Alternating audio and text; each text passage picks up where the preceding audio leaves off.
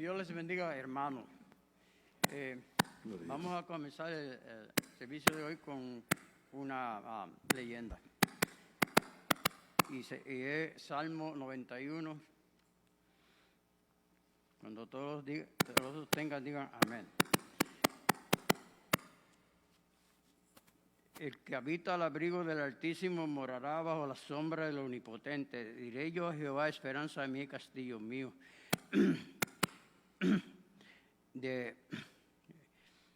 Diré yo a Jehová, confiaré y él te librará.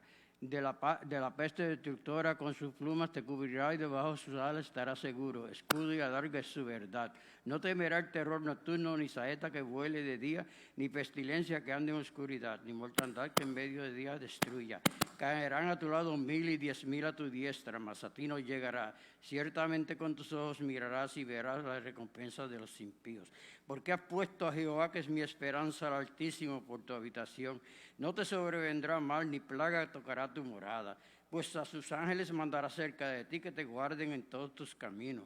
En las manos te llevarán para que tus pies no tropiecen en piedra. Sobre el león y las pies pisará, hollarás al cachorro del león y al dragón.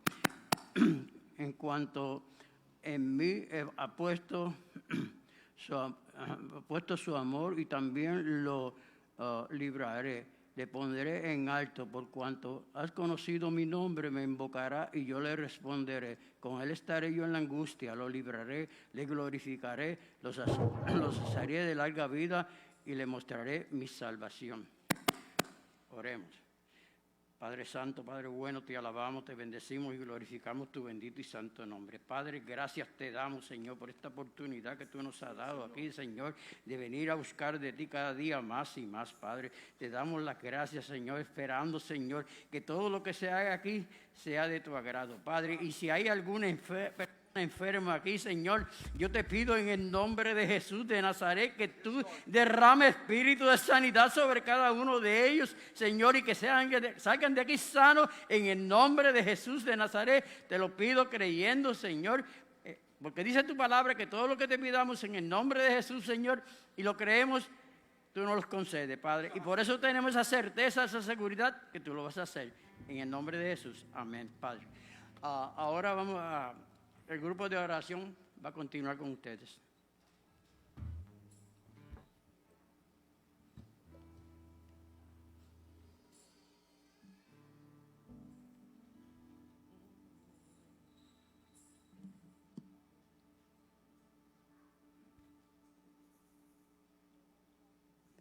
Amado, que la paz y el amor de nuestro Señor Jesucristo continúe en vuestro corazón en esta bella y hermosa mañana. Yo le voy a invitar a poner de pie. Y voy a compartir este salmo para comenzar a exaltar la gloria de nuestro Señor Jesucristo. El propósito y motivo que en esta mañana nos hemos reunido aquí es para darle toda la gloria al Señor. Amén. La bendición solamente de haber salido de la cama en esta mañana es más que darle gloria a nuestro Señor Jesucristo. Aleluya.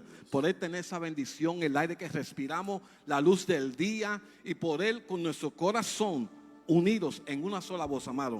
No es un micrófono, solamente los instrumentos, sino que todos nosotros podamos mover el corazón de nuestro Señor. Porque como dijo el pastor, nuestro corazón a veces se convierte en una caja fuerte. Pero hace años cuando escuché eso, que el pastor lo predicó, yo dije, Señor, si yo tengo una caja de fuerte, yo quiero que permanezca abierto, que no haga nada oculto, Señor, porque para ti nada es oculto. Que seamos transparentes, que podamos ser luz, sal, que podamos tener una vivencia ante tu presencia. Y dice de esta manera, en el Salmo 100, cantad alegres a Dios, amado, no importando lo que nuestros ojos naturales, carnales, puedan ver. Cantar alegre a Dios, habitantes de toda la tierra. Servir a Jehová con alegría, venir ante su presencia con regocijo. Reconocer que Jehová es Dios. Él nos hizo y no nosotros a nosotros mismos. Pueblo suyo somos, no lo olvide, amado, de lo que digan ahí la noticiero, los reporteros, lo que sea. Pueblo suyo somos. Entrar por sus puertas con acción de gracia, por sus atrios con alabanza. Alabarle, bendecir su nombre, porque Jehová es bueno, para siempre es su misericordia y su verdad por todas las generaciones. Aleluya. Señor, nos gozamos en tu presencia. Aleluya. Recibe toda la gloria, toda la honra, toda la exaltación, Señor. Todos en esta mañana, Señor, unimos nuestro corazón, los fundimos en el fuego, Señor, para que salga solamente una sola voz, Señor, a través de estos paredes, Señor, a través del techo, Señor, que pueda, Señor, tocar lo más profundo de tus fibras, de tu corazón, Señor. Cuando nos rindamos ante ti, Señor, porque para ti es toda la gloria, toda la honra y toda la exaltación. Gracias, amado Dios. Aleluya. Al que me ciñe de poder, amado. Aleluya. Gloria a ti, Jesús. Gózase, hermanos. Aleluya. Tenemos la libertad. Aleluya. De gozarnos porque Él vive y está sentado a la diestra de Dios Padre. Aleluya. Sí, Señor. Al que me ciñe de poder, aquel que mi victoria es, solo a Él alabaré, solo a Él exaltaré. Al que me ciñe de poder, aquel que mi victoria es, solo a Él alabaré, solo a Él exaltaré. De ti será mi alabanza en la congregación. Sí, Señor. Cantaré y alabaré tu nombre, Señor. De ti será mi alabanza en la congregación. Cantaré y alabaré tu nombre, Señor. Al que me ciñe de poder, sí, Señor. Aquel que tu victoria es, solo a Él alabaré, amado mío, solo a Él exaltaré. Dile, al que me ciñe de poder, aquel que nuestra victoria es, solo a Él alabaré, solo a ti, Señor, solo a Él exaltaré. Como dice, de ti será mi alabanza en la congregación. Cantaré y alabaré tu nombre, Señor. De ti será mi alabanza en la congregación. Cantaré y alabaré tu nombre, Señor. Tu nombre, Señor. Tu nombre, Señor. Tu nombre, Señor. Nombre sobre todo nombre. Aleluya. Te adoramos, oh Rey de la gloria. Te exaltamos. Bendecido sea, Señor. Gózate en esta mañana, amados. Aleluya.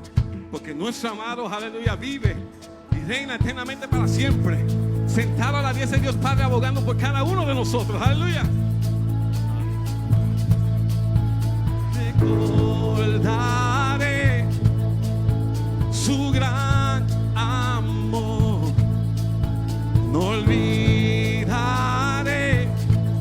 que Él me salvó, pues ya no vivo yo, pues Cristo vive en mí.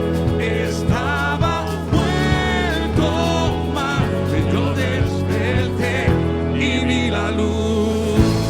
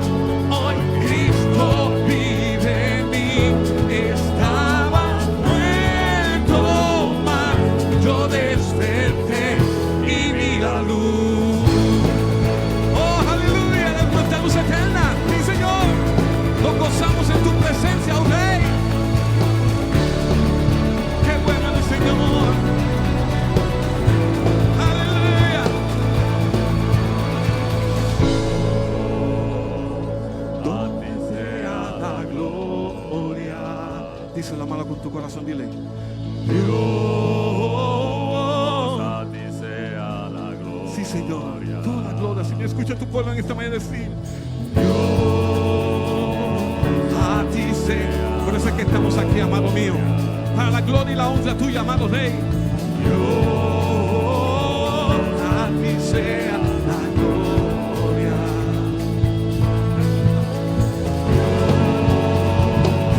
A ti sea cada voz, Señor, cada mano que se levanta al cielo para tu gloria, Señor. Oh, aleluya.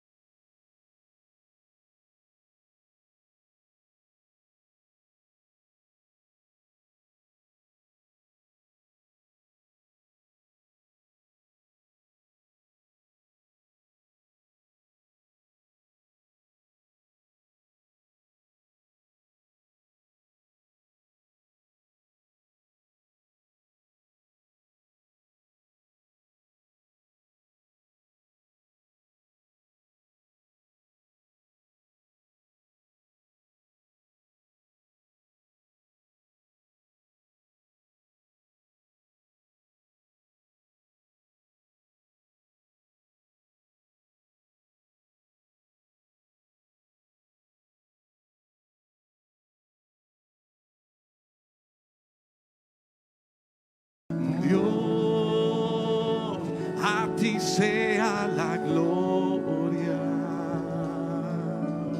Gracias, Señor Jesús. Para ti es toda la gloria y toda la honra, amado mío.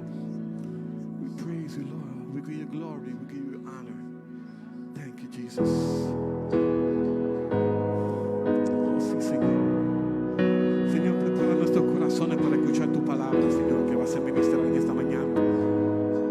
Que seamos sensibles a tu voz. Déjame escuchar el latido de tu corazón, Señor. Porque tu palabra es lo que nos mantiene firme en este caminar, Señor. Padre, en el nombre de Jesús, te pido, Señor.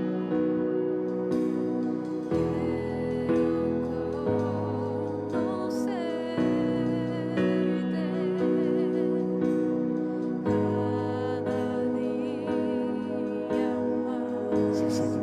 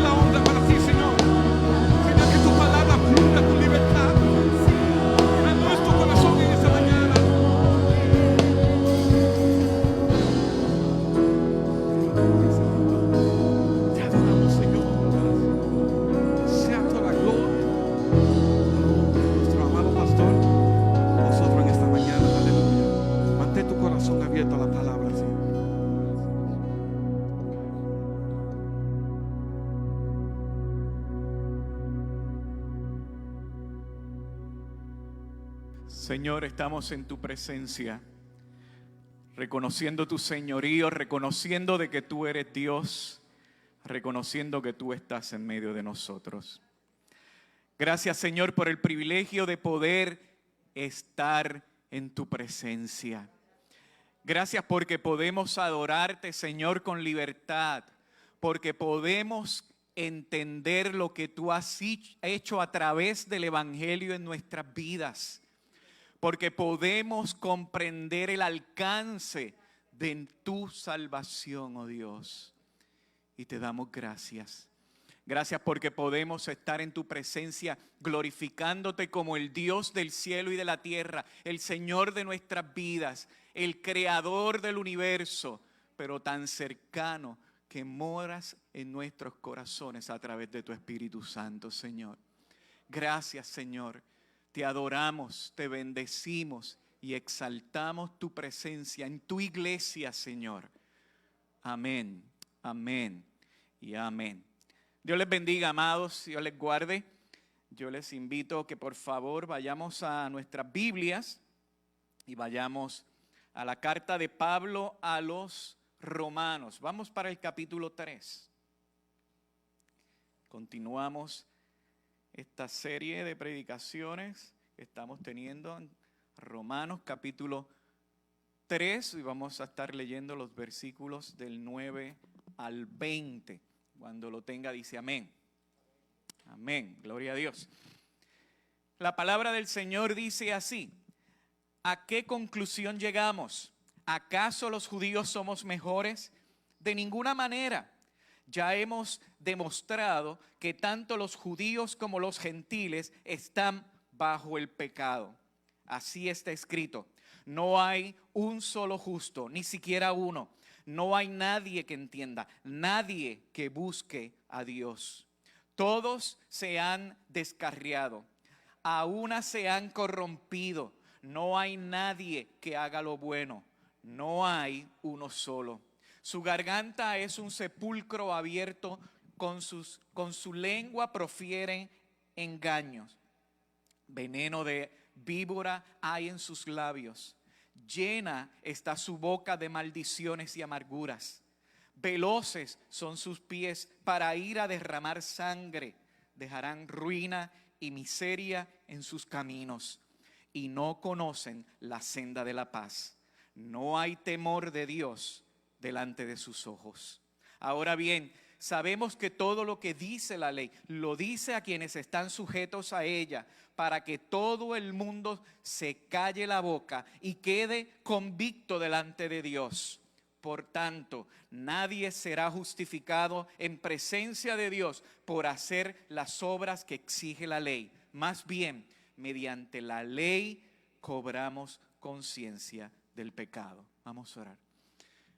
Señor, te damos gracias. Gracias por tu palabra, Señor.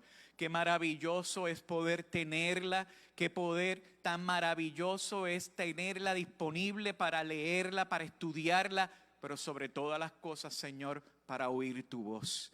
Señor, pedimos que tú nos hables a través de tu palabra, que tú nos corrijas, que tú nos disciplines, que tú nos lleves, oh Dios, a la abundancia que tú nos quieres llevar en tu plena presencia de nuestras vidas, Señor. Háblanos tal claro y tan claro que no haya duda que eres tú el que está hablando a nuestras vidas, que eres tú el que está ministrando a nuestros corazones, y que lo que hagamos en esta hora, Señor, y en esta mañana, y lo que tú nos mandes a hacer, lo hagamos para tu gloria. Te lo pedimos, Señor, en el nombre de Jesús. Amén y amén. Pueden sentarse, amados. La semana pasada vimos los versículos de este capítulo 3, pero los versículos del 1 al 8, y dijimos que en el contexto de lo que este capítulo 2 que Pablo le está trayendo a los romanos, parecía que ponía como que en tela de juicio lo que era el pacto, las promesas y el carácter de Dios. Algo que ellos estaban tan claros y ellos estaban tan claros que cuando las palabras de Pablo en ese capítulo 2 comienza a traer a su corazón, empieza algo a provocar que comienza entonces esos versículos del 1 al 8 como si fuera una defensa, como si fuera un debate, lo que habíamos mencionado que es una diatriba, lo que empieza entonces a hacerse como una conversación y un diálogo entre dos partes, que algunos dicen que es un personaje imaginario, otros dicen que es el mismo Pablo, el Pablo inconverso judío y Pablo el apóstol, tratando de llevar y contestar a cada una de esas interrogantes que se pueden levantar en contra de la palabra de Dios. Entonces vimos que habían 4 objeciones o interrogantes que se levantan, que podían provocar que ese pacto, promesa y carácter de Dios se pudiera estar en tela de juicio o considerado como que no era justo o era verdadero. Y dijimos que habían 4 objeciones que presenta este diálogo en esta diatriba Pablo a los romanos. La primera es que la enseñanza de Pablo debilitaba o destruía lo que era la realidad del pacto de Dios para su pueblo. Pero claro, la respuesta de Pablo es clara y es contundente y dice que se confirman las palabras mismas de Dios a través de Él. Amado, es Él el que habla. Es Él el que ministra a nuestros corazones. Es Él el que hace la diferencia en ti y en mí. No somos nosotros. Es Él, siempre es Él. La segunda objeción es que la enseñanza de Pablo anulaba o anula la fidelidad de Dios. Y Pablo hace una expresión desde lo más profundo diciendo: de ninguna manera Dios es siempre veraz.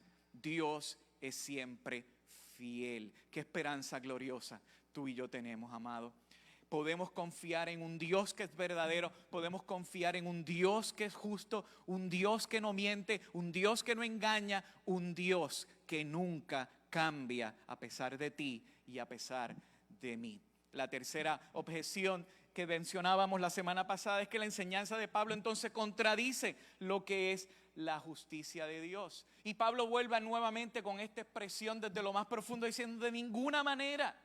No puede haber ninguna acusación de injusticia contra Dios por castigar el pecado. Dios es Dios y Él es justo en su juicio. Y vimos cómo Él defendió a lo largo de toda esa, no solamente el capítulo 2, sino en esos 8 versículos, cómo ese juicio de Dios es justo y es certero.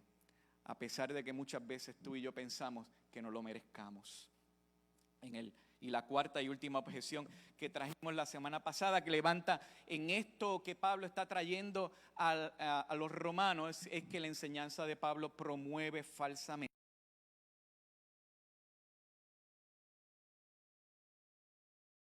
al bizcocho, ¿verdad? Donde Pablo entonces dice: mira, esto estoy hablando como hombre, no como el apóstol, porque esto es una sandez, esto es una tontería. ¿Cómo podemos pensar aún en eso? Y Pablo contesta que es toda una calumnia, porque aún así quieren y tratan de decir y enseñar de que Él promueve el pecado para que la justicia de Dios sea exaltada. Y eso es un engaño, totalmente un engaño y una excusa para vivir en sus propios pecados.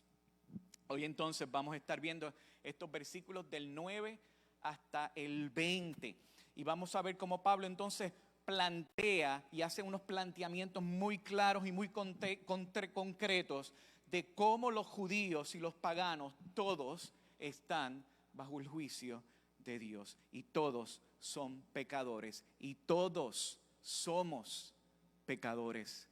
Y es importante que no olvidemos esa expresión: todos somos pecadores. Porque cuando leemos todo esto, pensamos que se está haciendo referencia hace 21 siglos atrás a un grupo en particular, a una gente en específico, y ellos son los que están en pecado, y ellos son los que están merecedores del juicio de Dios, y ellos son los que están siendo señalados. Pero la palabra de Dios nos recuerda que tú y yo también somos pecadores. Y en estos versículos vamos a estar viendo que la posición y el control que tiene el pecado sobre la humanidad, eso lo vamos a ver en el versículo 9, vamos a ver en el 10 al 18 cómo la Escritura valida la condición de pecado del ser humano. Del versículo 13 del 10 al 18, del 13 al 18, entonces cómo el pecado afecta todo nuestro ser. Todo lo daña el pecado. Y del 19 y el 20, los aspectos limitados de la ley. Pablo está interesado en que estos hombres y mujeres que están recibiendo la palabra de Dios estén claros con la realidad y la condición de la vida que ellos tenían. Y es importante que tú y yo entendamos que tú y yo somos más malos de lo que pensamos o creemos o esperamos ser. Nosotros tenemos la necesidad de Dios, porque sin Dios es imposible llegarnos y acercarnos a Él. Él tiene que iniciarlo todo, Él tiene que hacerlo todo en nosotros, porque si Él no lo hace, es imposible que tú y yo lo logremos. Vamos a ver el versículo 9, la posición y el control que tiene el pecado sobre la humanidad. El versículo 9 dice: ¿a qué conclusión llegamos? ¿Acaso los judíos somos mejores?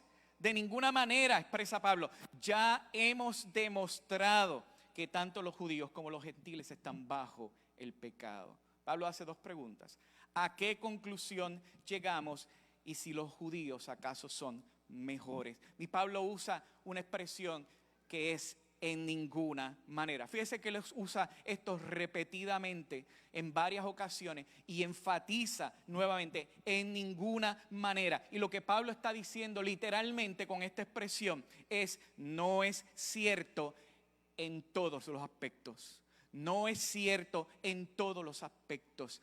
Es imposible. Es imposible. No podemos llegar a la conclusión de que los judíos son mejores que los gentiles. Porque de la misma manera que están perdidos los gentiles, sin Dios, sumergidos en sus pecados, el pueblo judío, a pesar de la ley y a pesar de tener el conocimiento y ser custodios de la ley, están bajo la misma condenación y son iguales. Y ahí estamos parados, tú y yo, todos nosotros.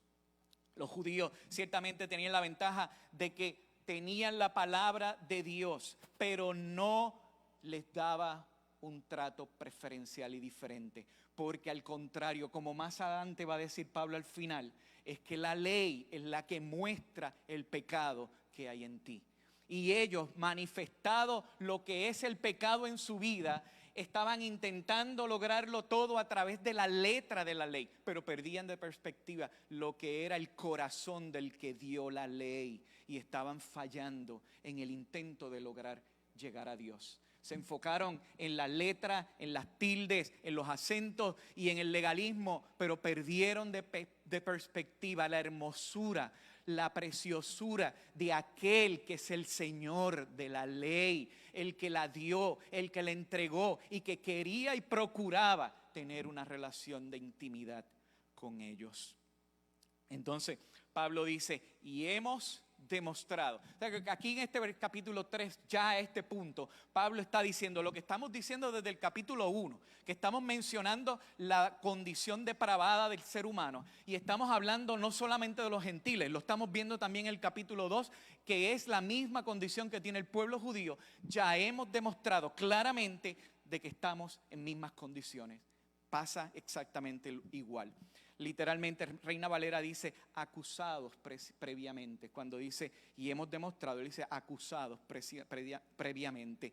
Y la versión latinoamericana dice hemos denunciado que todos están bajo el pecado. Y es importante hablar un poco sobre esta palabra, bajo el pecado.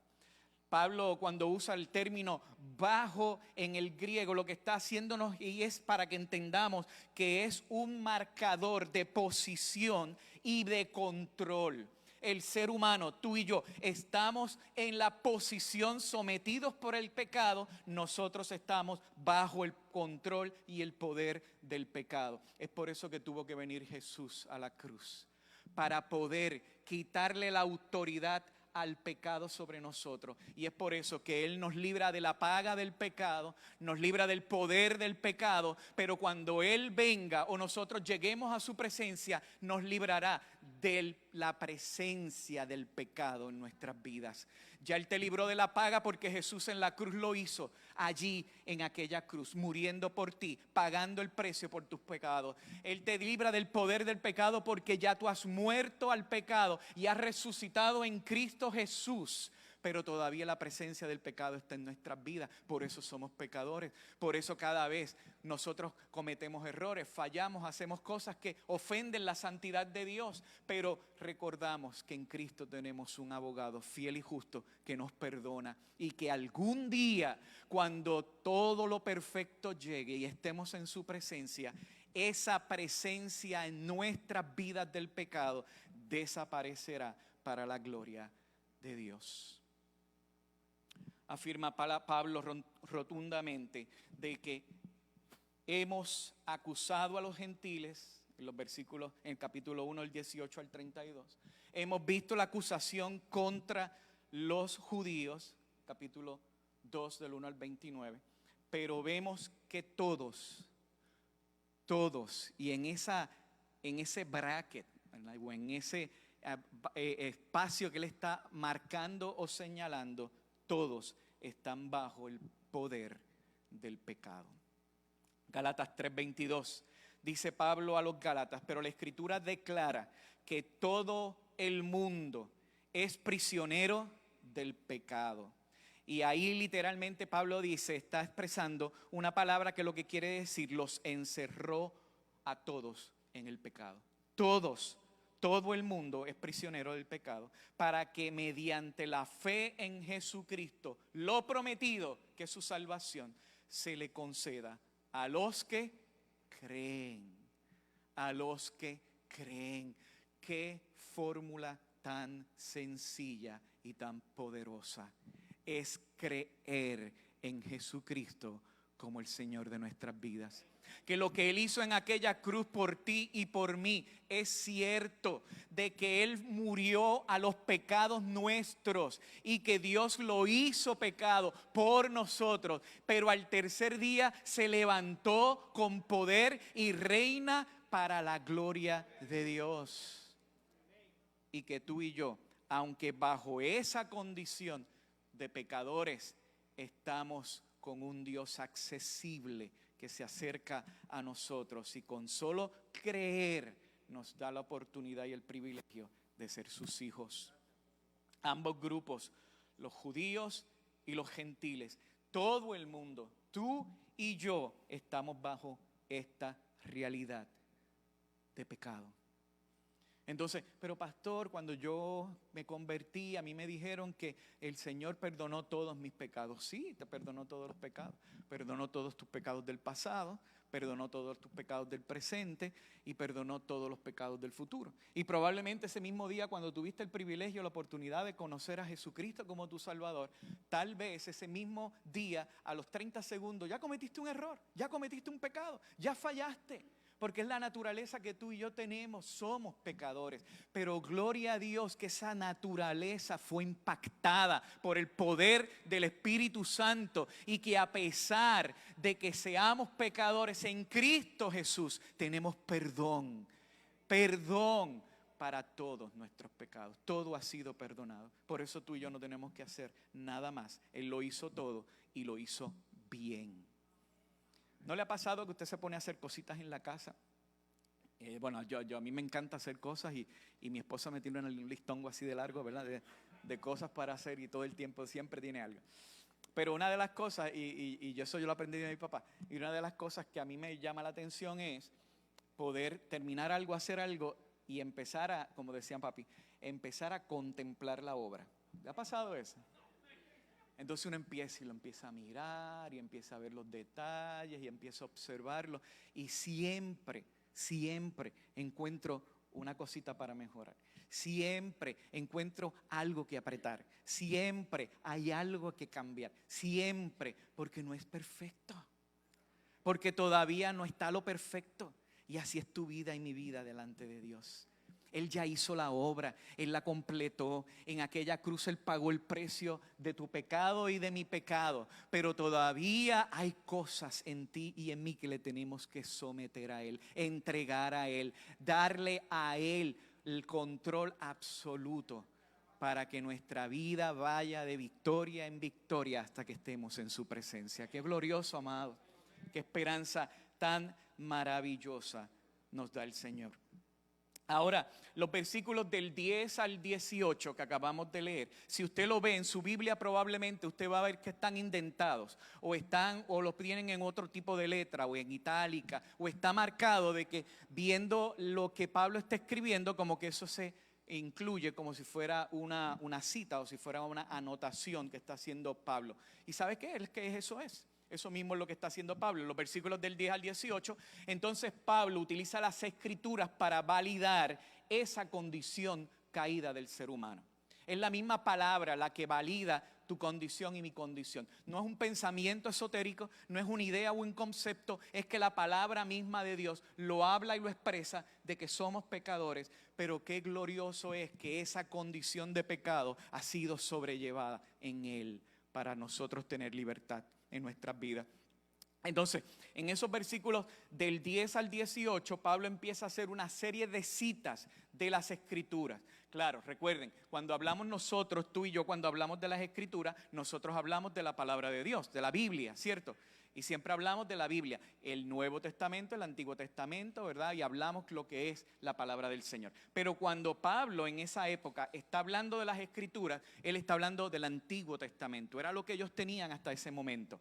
Pablo, a través del Espíritu Santo, se convierte en instrumento de Dios para poder traernos o darnos lo que es la revelación de Dios que tenemos hoy y que ya está completa, y decíamos la semana pasada que no necesitamos añadir nada, absolutamente nada, porque todo lo que está aquí ya ha sido revelado por Dios para cada uno de nosotros. Y si hubiera una nueva revelación, hubiera una revelación fresca, y si hubiera una nueva palabra, hubiera una nueva porción de las Escrituras que tuviéramos que tener, todos y cada uno tendríamos que tener acceso a ella, porque si es la palabra de Dios, todos tendríamos que tenerla, ¿cierto? Así que no podemos autoproclamarnos como dueños y señores de la revelación de Dios, como si fuera algo nuevo, diferente, algo fresco, como muchas veces lo escuchamos en la televisión. Entonces, Pablo empieza a utilizar una serie de versos que empieza a atar lo que él está diciendo con lo que la Escritura está diciendo. Por ejemplo, en el versículo número 10, cuando Pablo dice, no hay un solo justo, él hace referencia a Eclesiastés capítulo 7, versículo 20, cuando dice, no hay en la tierra nadie tan justo que haga el bien y nunca peque. En el versículo 11, cuando Pablo hace la expresión, no hay nadie que entienda, nadie que busque a Dios.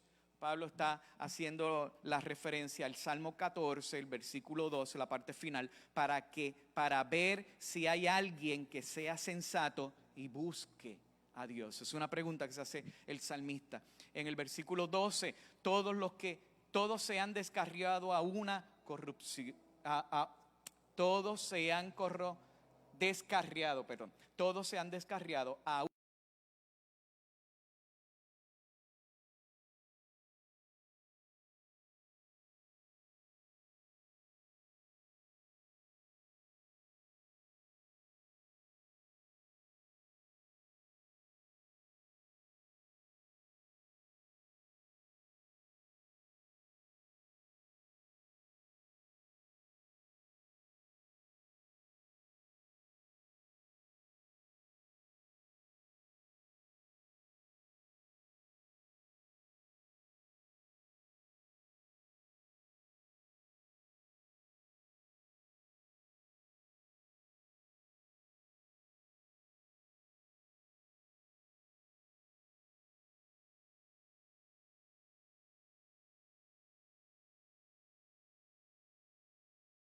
siete, dejan ruina y miseria en sus caminos, la parte final del versículo 7 de Isaías, y no conocen la senda de la paz, versículo 8 de Isaías, y hace referencia también a Proverbios 1:16. Y en el versículo 18, no hay temor de Dios delante de sus ojos, Salmo 36:1. ¿A qué Pablo está haciendo esta noción? ¿Por qué Pablo tiene que sacar este tiempo y hacer un señalamiento tan claro y específico de estos pasajes y conectarlos con lo que la misma palabra de Dios, la escritura que ellos conocían, era importante que lo hiciera. ¿Por qué? Acuérdense, está hablando con judíos. Por lo tanto, en esta mente del judío, la palabra de Dios era clara, la escritura era la palabra de Dios. Y a través de esa misma palabra, Pablo está trayendo un argumento poderoso para asegurarles y poderles llevar la idea y el concepto de que lo que ellos están oyendo de esa palabra los acusa directamente, señalando la condición caída del ser humano y la inhabilidad que el hombre y la mujer tienen para poder arreglar su propia condición. No lo podemos hacer nosotros. Es por eso que necesitamos el Evangelio. Entonces los versículos del 10 al 12 en esta porción que estamos viendo del 10 hasta el 18, Pablo señala que todo el ser interior del ser humano está controlado por el pecado. Mira cómo él lo hace. Él empieza hablando y haciendo referencia a la mente. No hay quien entienda. Pero también va y llega hasta el corazón. No hay quien busque a Dios, porque no hay una intención del corazón para acercarse a Dios. Y también señala su voluntad. No hay quien haga lo bueno. No hay voluntad de hacer la perfecta voluntad en la vida del ser humano. Por lo tanto, en estos versículos del 10 al 12, Pablo claramente está hablando de que la mente, el corazón y la voluntad de cada uno de ellos, de cada uno de nosotros, está siendo y es controlada por el pecado que habita en nosotros. Es por eso que de la manera en que está el pecador, no puede ni tiene voluntad de poderse acercar a Dios. ¿Ahora entiendes por qué tiene que existir el Evangelio? Ahora entiendes por qué Dios es el que tiene que dar el primer paso. Ahora entiendes de que lo que Él hizo por ti a tu favor y a mi favor tiene un alcance y una profundidad más allá del día, la hora o en el momento, en la predicación o en el servicio que levantaste tu mano y le entregaste tu vida a Jesucristo. Es mucho más allá que eso, porque cuando te encontraste con Él, fue Él el que corrió a buscarte. Hay veces que yo oigo mucha gente dice, no, cuando yo decidí buscar a Cristo. No, tú no decidiste buscar a Cristo. En la eternidad, Él decidió encontrarse contigo. Él vio el día, la hora, el momento, el segundo, el instante y te contempló de esta manera, con una mente depravada, con un corazón alejado de Él, con una voluntad, haciendo su propia voluntad. Y viéndote así, y viéndome así, Él se acercó para salvarnos. ¿Ves por qué cuando nos acercamos a la mesa del Señor tiene un significado tan poderoso? Por eso cuando nos vamos y estamos en su presencia y adoramos, la alabanza y la adoración viene a convertirse en algo diferente, en algo sabroso, en algo extraordinario, porque podemos entender de dónde Él nos sacó, lo que Él hizo a nuestro favor, lo que Él hizo por ti y por mí. El versículo 10, Pablo describe esa ausencia total de lo bueno en nosotros. Así está escrito, no hay un solo justo, ni siquiera uno. Hay veces que uno se autoanaliza, se autoevalúa, ¿cierto? Y es bueno hacerlo, eso es muy bueno. De cuando en cuando nosotros tenemos que empezar a contemplar nuestras acciones, nuestras intenciones y evaluarnos, sinceramente. Pero lo triste es que cuando estamos opacados por el pecado, estamos controlados por el pecado, muchas veces creemos que somos mejores de los que podemos ser. Pero Pablo aquí le está diciendo, no hay solo justo, no hay un solo justo, ni siquiera uno.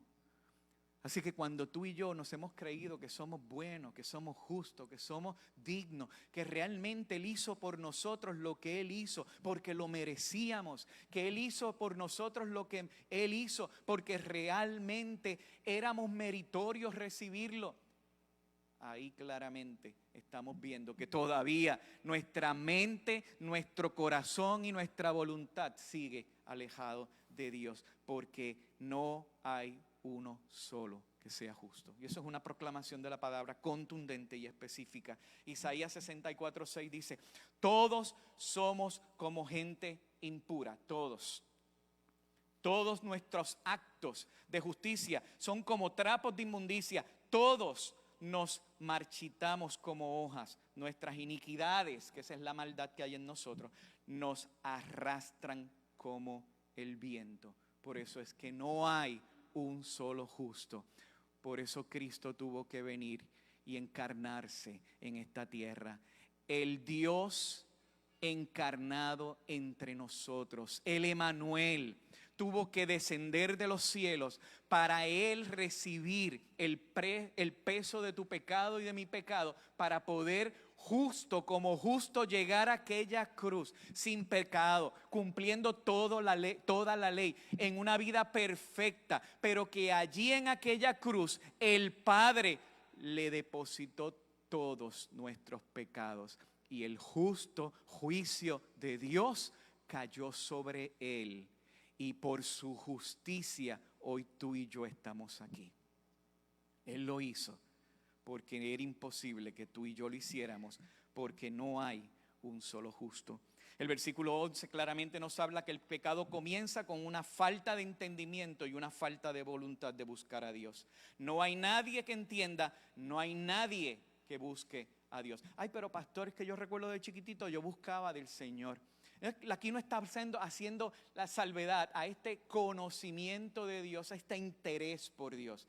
Es la parte de buscarla en términos de que Él es la razón de nuestra salvación y nuestra única opción para poder salvos. Hay dos ejemplos que entonces Pablo está usando. Ninguno entiende, nadie puede entender, y ninguno busca. No hay quien busque a Dios, porque es Él el que tiene que buscarnos a nosotros. J.J. Parker, un escritor bíblico que murió hace poco, dijo lo siguiente: nadie es tan malo o mala como él o ella pudiera serlo. Mientras que por otra parte, ninguna de nuestras acciones es tan buena como debería serlo. Vuelvo a repetir. Nadie es tan malo o mala como él o ella pudiera serlo. Esto tiene una implicación bien poderosa, amado. Esto tiene una implicación muy poderosa, porque el pecado que hay en nosotros como pecadores, a través del Espíritu Santo, el Señor lo tiene en control y en dominio. Porque ahí te recuerda, cada vez que nosotros cometemos un error o pecamos delante de Dios, el Espíritu Santo te redarguye y empieza a trabajar en tu vida. Lo hiciste mal. Eso no estuvo bien. ¿Por qué le gritaste? ¿Por qué le hablaste de esa manera? ¿Por qué mentiste? ¿Por qué engañaste? ¿Por qué hiciste esto, aquello, lo otro? Y el Espíritu se pone en nuestro, ¿verdad? Recordándonos nuestra posición en Dios y la oportunidad que tenemos de perdón en Él. Pero imagínense personas como un Hitler, un Mao Zedong, un Mussolini y tantos en la historia de la humanidad que no han tenido ese control del Espíritu Santo en sus vidas y que han podido ser y hacer lo que el pecado es capaz de lograr en ellos. El pecado en el corazón del ser humano incapacita permanentemente a todos los hombres y a todas las mujeres en todo lugar de encontrarse con Dios por sus propios méritos. Es por eso que entonces es necesario el evangelio de nuestro Señor Jesucristo.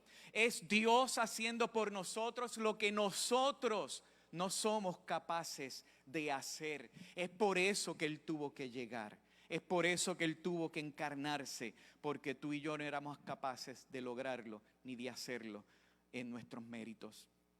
Entonces el versículo 12 sigue describiendo la acción del ser humano hacia de la dirección que el ser humano decide tomar. Versículo 12. Todos se han descarriado, a una se han corrompido. No hay nadie que haga lo bueno, no hay uno solo. Pablo usa la expresión o la palabra desviarse, también es descarriarse. Y literalmente lo que él está diciendo es mantenerse alejado de Dios. Pero es una acción de hacerlo, de alejarnos y mantenernos alejados de Él. Eso es lo que ha provocado el pecado, o lo que provoca el pecado en la vida del ser humano. Mantenernos alejados de Dios irreparablemente. Y dice él, y se han corrompido. Literalmente Pablo está usando una expresión que es, se volvieron perversos. Y usa esta palabra que él está usando de corromper, también es una palabra que se usa como un término económico o en la economía, de que nos convertimos en algo sin valor. Pero miren qué cosa tan gloriosa, que cuando tú y yo nos hemos corrompido por la acción del pecado en nuestra vida y hemos estado convirtiéndonos en personas, en hombres y mujeres perversos por la consecuencia del pecado en nuestra vida, personas que se convierten sin valor porque el pecado nos ha dañado irremediablemente, aún así tu vida y mi vida tuvo el precio de la sangre de Jesús en aquella cruz. Él te da el valor que tú tienes. Él me da el valor que realmente yo tengo, y lo hizo Él y no tú ni yo. Aún esta triste realidad de estar descarriados, de estar corrompidos, Dios toma la iniciativa a tu favor y a mi favor. Isaías 53:6 dice, todos andábamos perdidos como ovejas, todos andábamos perdidos como ovejas. Cada uno seguía su propio camino, pero el Señor, oye bien esto es lo que hace totalmente diferente esta narrativa. Pero el Señor hizo recaer sobre él la iniquidad de todos nosotros.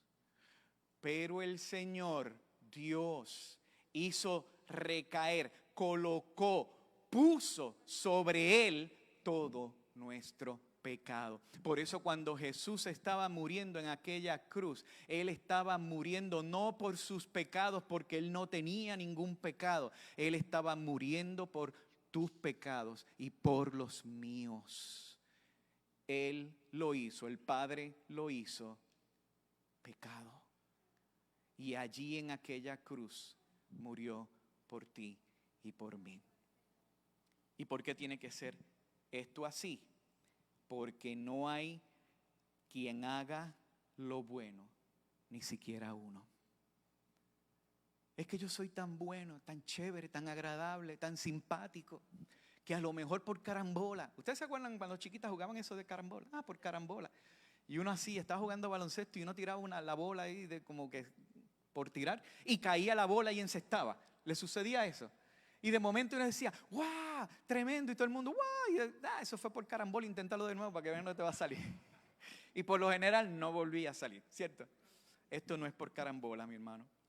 Esto es que desde la eternidad el Señor nos vio bajo esta condición. Y Él diseñó todo.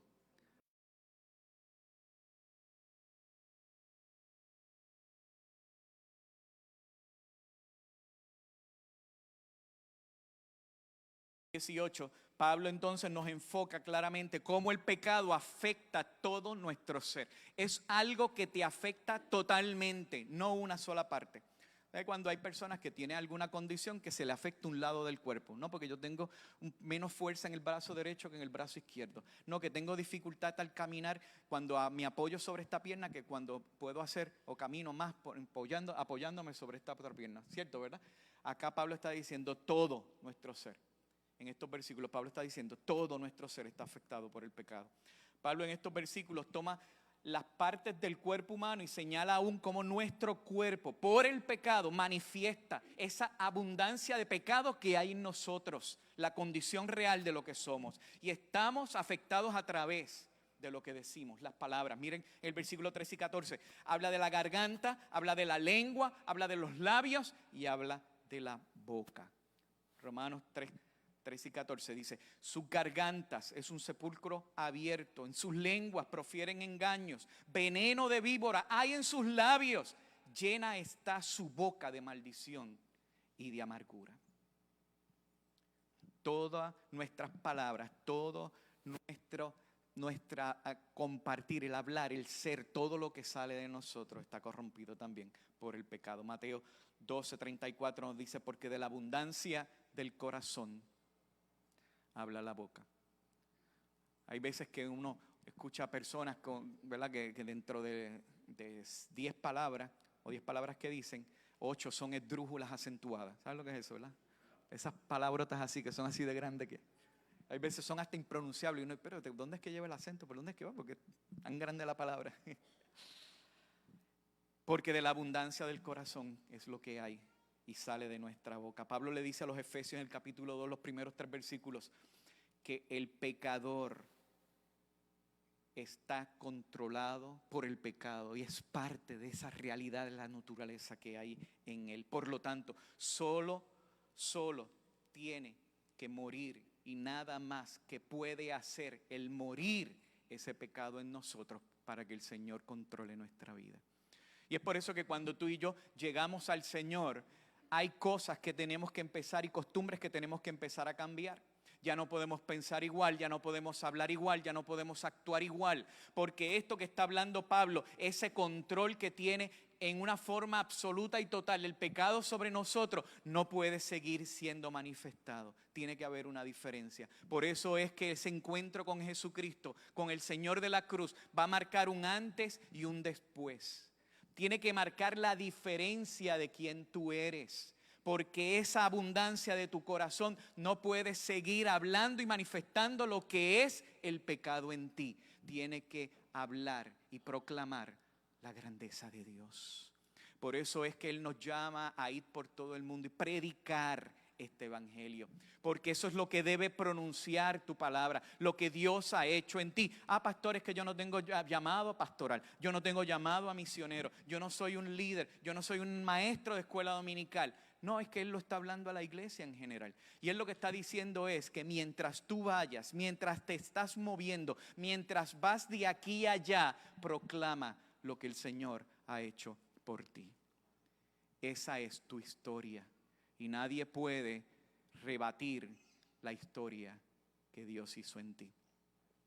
Pero aún así, solo a través Dios, a través de su Espíritu Santo, Él es el que puede provocar o puede lograr que esta boca, que estas palabras, que lo que sale de nosotros sea cambiado y transformado por su poder. La misma boca que es condenada para convertirse en un instrumento de maldición, ahora es el instrumento que utilizamos para proclamar a Jesucristo.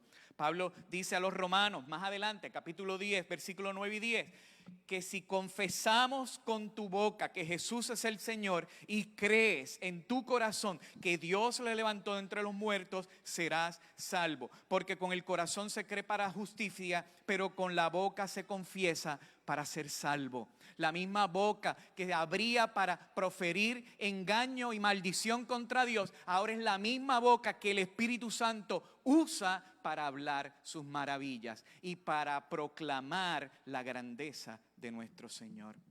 Mateo 12:37, porque por tus palabras serás justificado y por tus palabras serás condenado. Entonces, estamos afectados no solamente en nuestras palabras, en el versículo 15 y 17 nos dice que están también afectados nuestros caminos. Versículo 15 y 17, veloces son sus pies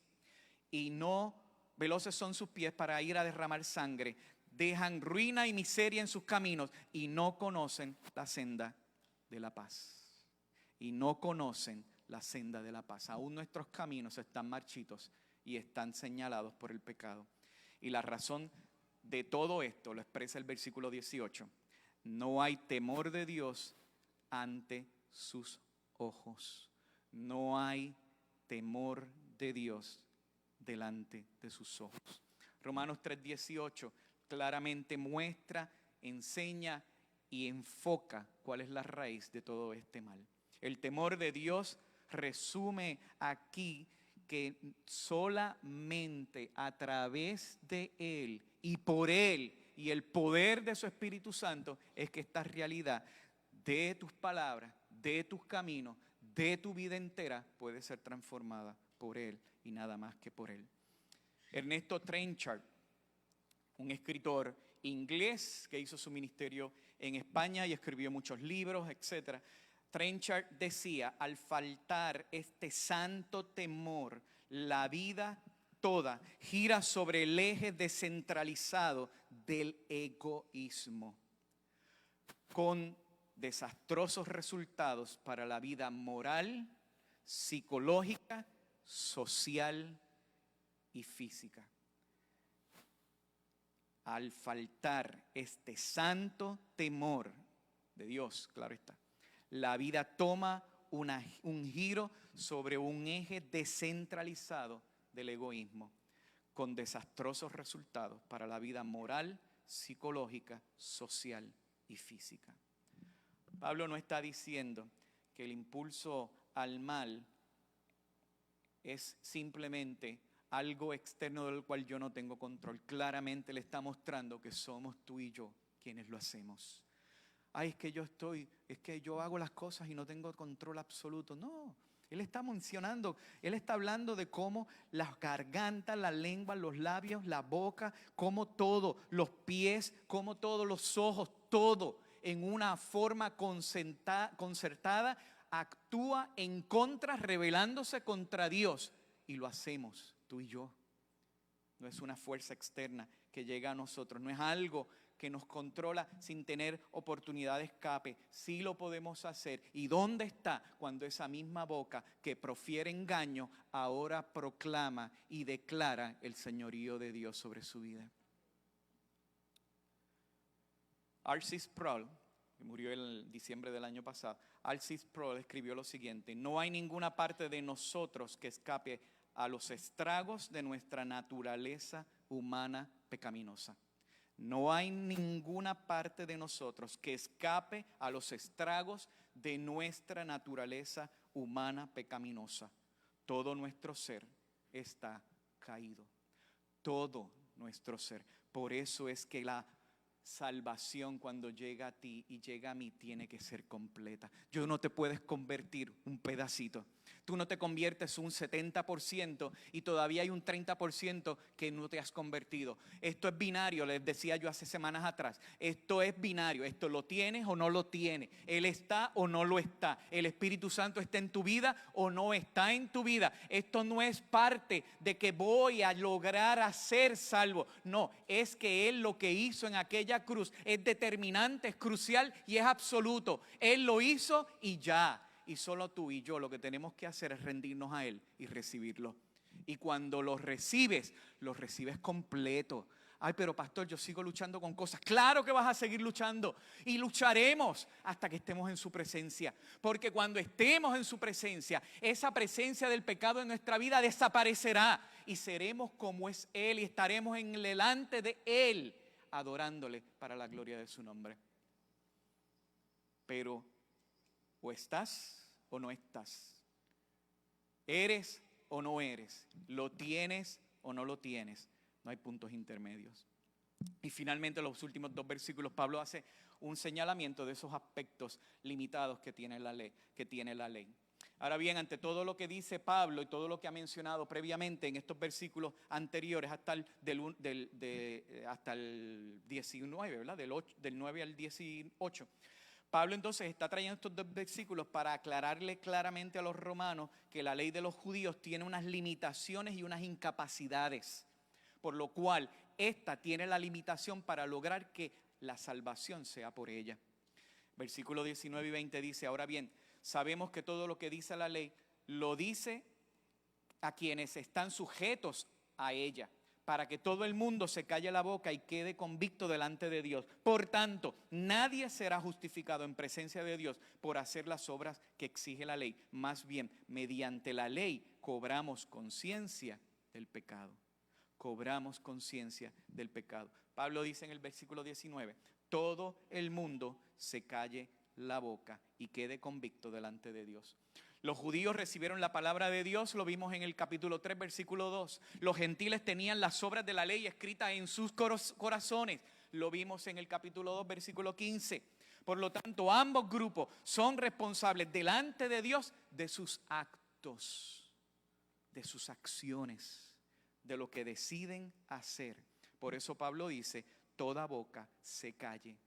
No hay defensa en contra del veredicto de culpabilidad que Dios pronuncia en contra del pecador.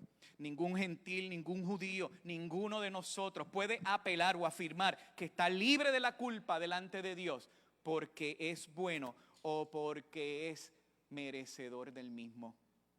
Pablo claramente menciona y nos enseña que estamos bajo esa realidad. El versículo 20, Pablo llega a una conclusión. Nadie será justificado en presencia de Dios por las obras de la ley. La ley, lo que exige ella. Pablo le está diciendo que ningún ser humano, él ahí usa una palabra que es literalmente ninguna carne. Acá Pablo se va en un término bien general. No está hablando de una etnia en particular, no está hablando de un grupo en específico. Él está diciendo ninguna carne. Hombres, mujeres, altos, chiquitos, gorditos, flaquitos, etcétera. Todos están bajo esa condición. Ningún ser humano puede ser justificado por las obras de la ley. Hechos capítulo 13, 39. Pablo, hablando en la sinagoga de Antioquía de Pisidia, le dice a los que estaban en aquella sinagoga lo siguiente: ustedes no pudieron ser justificados de esos pecados por la ley de Moisés. Por tanto, el que cree es justificado por medio de Jesús. No por la ley, sino por Jesús. Él es nuestra justicia. La ley lo que hace, lo hace simplemente para darnos el conocimiento del pecado y buscar la necesidad imperiosa y urgente de encontrar un Salvador, y ese es Cristo Jesús. Porque lo que somos, lo que tenemos y lo que hacemos no puede ser limpio si no lo hace Él. Pablo expresa bien claramente esto que está hablándole a los romanos en Gálatas 3, versículos 10 y el 13. Todos los que viven por las obras que demanda la ley están bajo maldición, porque la ley exige que si tú cometías una falta en una ley, eras culpable de toda la ley. Entonces uno dice, ay, pero eso no es justo. Claro que es justo. ¿Quién puso las reglas? ¿La puso él? Pues él es justo, eso es justo.